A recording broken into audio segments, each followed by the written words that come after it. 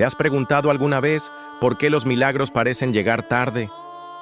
Hoy te contaré una historia que te hará ver todo diferente. Los días pasan y sucede lo impensable. Lázaro muere. El dolor de Marta y María es desgarrador. ¿Dónde está Jesús? ¿Por qué no vino antes? Hoy te contamos una historia de milagros de Jesús. Capítulo 1. El mensajero. El mediodía caía sobre Betania como una manta ardiente, aplastando el aire y la esperanza. Las colinas vibraban con el incesante canto de las cigarras, pero en la modesta casa de Marta y María, el único sonido era el de la respiración dificultosa de Lázaro. En el rincón más fresco de la habitación, Lázaro yacía, su piel pálida y sudorosa, sus ojos velados por la fiebre. «Marta», susurró María, su voz quebrándose al ver el rostro sin expresión de su hermano. No me responde. Un frío helado recorrió la espalda de Marta a pesar del calor sofocante. La jarra de agua que sostenía en las manos temblaba y unas gotas cayeron al suelo de tierra. Sabía lo que eso significaba. La enfermedad había ganado. «No hay tiempo», dijo Marta, su decisión tan firme como su desesperación. «Buscaré al maestro». Un joven mensajero, con el corazón acelerado, partió de inmediato. Esquivando ovejas y niños que jugaban en las callejuelas polvorientas, corrió hasta el borde del Jordán, donde Jesús enseñaba a sus discípulos. El mensajero, sin aliento, se abrió paso entre la multitud. «¡Señor!», gritó, su voz temblando. «Lázaro, tu amigo, está muy enfermo». Jesús lo miró con una calma inquebrantable, una serenidad que contrastaba con la agitación del joven. «Esta enfermedad no terminará en muerte», dijo Jesús, con una voz suave pero poderosa. «Es para que la gloria de Dios se manifieste». El mensajero sintió un alivio fugaz, seguido de una punzante confusión. Regresó a Betania con la esperanza de que Jesús le siguiera de cerca, pero Jesús permaneció allí, en la orilla del río, como si el tiempo se hubiera detenido. Capítulo 2. El último suspiro.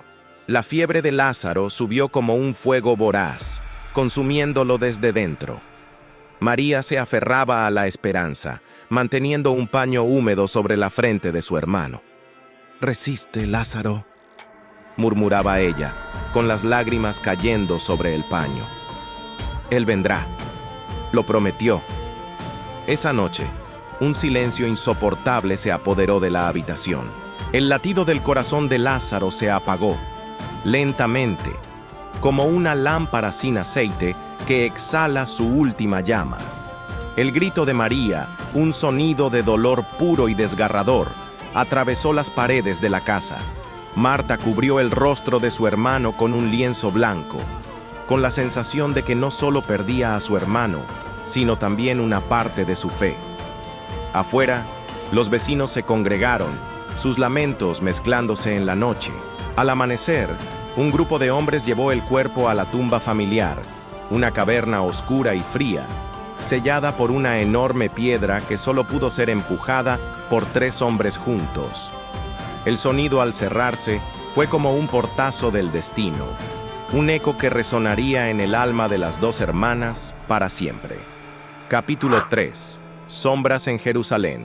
En Jerusalén, a mediodía de camino de Betania, el Sanedrín se reunía en una sala iluminada por lámparas de aceite. El ambiente era tenso, el aire pesado con la ansiedad y el miedo. «Ese Jesús, sus señales atraen a la multitud como la miel a las moscas», dijo Caifás, el sumo sacerdote, su voz resonando con autoridad. «Si sigue así, todos creerán en él y nuestra autoridad desaparecerá». «Y lo que es peor», respondió Anás, su suegro, con una mirada astuta, «Roma no nos dejará en paz. Verán una revuelta, un nuevo rey judío, y destruirán todo lo que hemos construido. Debemos actuar». Un tercer fariseo, con un aire de superioridad, murmuró: «He oído que en Betania ha muerto alguien, un tal Lázaro, y que Jesús era su amigo. Si va allí y hace algo, Cualquier cosa, debemos aprovechar la oportunidad para actuar. Su popularidad es una amenaza que debemos extinguir. Capítulo 4. El encuentro. 4 días después, un rumor recorrió Betania como un relámpago. El maestro viene. Marta, que había pasado los últimos días en un estado de luto y amargura, salió corriendo de la casa. El polvo del camino se pegaba a su túnica mientras corría, pero no le importaba. Cuando vio a Jesús en el camino, las palabras se le atragantaron.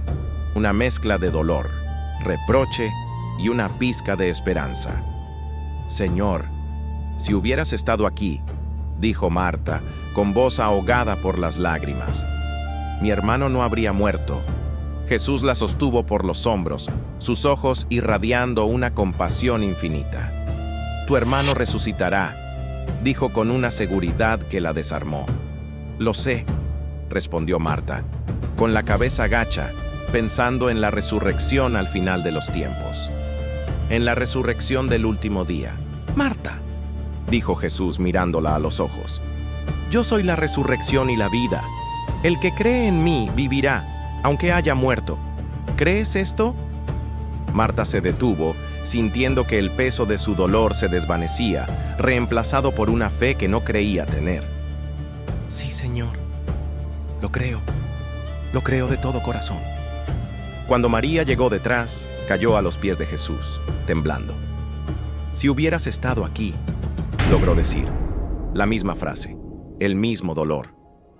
Jesús, al ver el llanto de María y la pena de los que la rodeaban, sintió un profundo dolor. Su corazón se conmovió, y lágrimas de compasión cayeron por sus mejillas. El hombre que podía resucitar a los muertos lloró por la pérdida de un amigo, mostrando su humanidad. Capítulo 5. El milagro que rompe el tiempo. La multitud se congregó alrededor de la tumba. El aire olía a piedra húmeda, a tierra y a la certeza de la muerte. «Quiten la piedra», ordenó Jesús, su voz resonando con una autoridad que no dejaba lugar a dudas.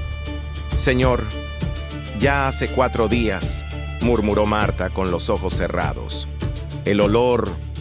¿No te dije que si crees verás la gloria de Dios?». Jesús alzó la vista al cielo. «Padre, gracias porque me has escuchado», dijo en voz alta para que todos oyeran. «Sabía que siempre me escuchas, pero lo digo para que esta multitud crea que tú me enviaste». Luego su voz tronó con una fuerza que hizo temblar el aire. «¡Lázaro, sal fuera!». Un silencio absoluto se apoderó de la multitud, un silencio tenso, expectante. Entonces, un roce, el débil sonido de unas vendas frotándose contra la piedra, un paso lento, otro. Y de la oscuridad de la tumba emergió una figura, envuelta en vendas, con su rostro cubierto. La respiración de todos se detuvo. «¡Vive!», gritó alguien, la voz cargada de asombro y de pánico. La multitud estalló en gritos, risas y un llanto de alegría desbordada. María corrió hacia su hermano, abrazándolo con una fuerza que no sabía que tenía, como si temiera que el milagro fuera a desvanecerse. Algunos cayeron de rodillas, otros huyeron despavoridos para contar lo ocurrido. En Jerusalén, la noticia del milagro llegó a oídos de los fariseos. Sus rostros se endurecieron, su miedo se transformó en una ira fría. La voz de Caifás fue un susurro venenoso, cargado de una decisión fatal. «Este hombre debe ser detenido. Es mejor que un hombre muera por la nación, y no que todo el pueblo perezca». Capítulo 6. El eco en el Hospital Miles de años después, en una habitación de hospital, las luces de los monitores parpadeaban con un ritmo monótono. Ana estaba junto a la cama de su hijo Samuel, de tan solo 10 años, conectado a máquinas que marcaban el final. Los doctores, con una tristeza profesional, habían dicho: «Hicimos todo lo que pudimos, no hay nada más que hacer». Ella, con la voz ahogada por las lágrimas, oró en un susurro: «Señor, si levantaste a Lázaro de la tumba, puedes levantar a mi hijo de esta cama. Por favor». La noche cayó. El sonido de los monitores se convirtió en un eco de su propia desesperación. Pero a las 3 de la madrugada, algo en la pantalla de ritmo cardíaco cambió. Una línea que había sido casi plana, de repente se hizo más fuerte, más marcada. El médico de guardia entró corriendo. Samuel, con la piel tan pálida como el lienzo de un cuadro, abrió los ojos. Su voz, un susurro cargado de eternidad, rompió el silencio del cuarto.